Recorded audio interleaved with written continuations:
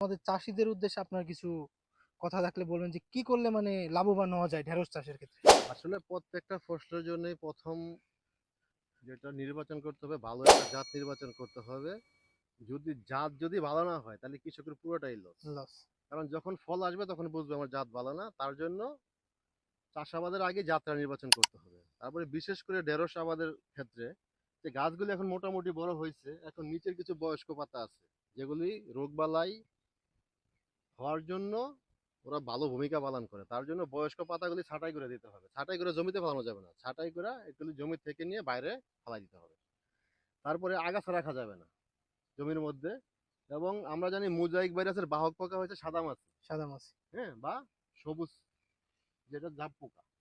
এগুলি দমন করতে হবে। এটা আপনাকে নিয়মিতই ভাবে এটাকে আপনাকে স্প্রে করতে হবে। আপনি জৈববালাইনাশক আছে স্প্রে করতে পারেন, বা কীটনাশক আছে এটাও স্প্রে করতে পারেন।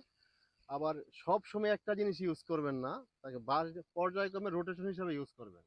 আজকে এক গ্রুপ দিলে আজকে আরেক গ্রুপ, এভাবে করতে হবে।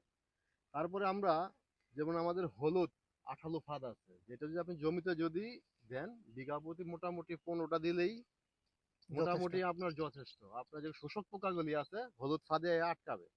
আটকানোর পরে সে আর বংশ বিস্তার করবে না, তার ফলে যারা আটকাবে তারা ওই জায়গায় মারা যাবে। এরপরে আপনার দেখবেন যে ওষুধের প্রয়োগটাও অনেক কমে যাবে। এতটুকু যদি রাখেন তাহলে মোটামুটি আপনার ঢেঁড়সের যে মেন সমস্যা সাদামাছি এবং মোজাইক ভাইরাস, এটা আপনার নিয়ন্ত্রণ হয়ে যাবে। ঠিক আছে, এটা হচ্ছে ঢেঁড়স চাষীদের প্রতি একটা মেসেজ। পরামর্শ। ঠিক আছে, পরামর্শ। এটা করতে পারলে ঢেঁড়সটা মানে আপনি 50% সেভ হয়ে যাবেন। ঠিক আছে, আরেকটা কথা হচ্ছে বীজটা লাগানোর আগে শোধন করে নেবে। যে কোনো ছত্রাকনাশক দিয়ে শোধন করে লাগাইলে ওই জায়গায় থেকে আমার কি ভাইরাস বাহিত রোগটা মানে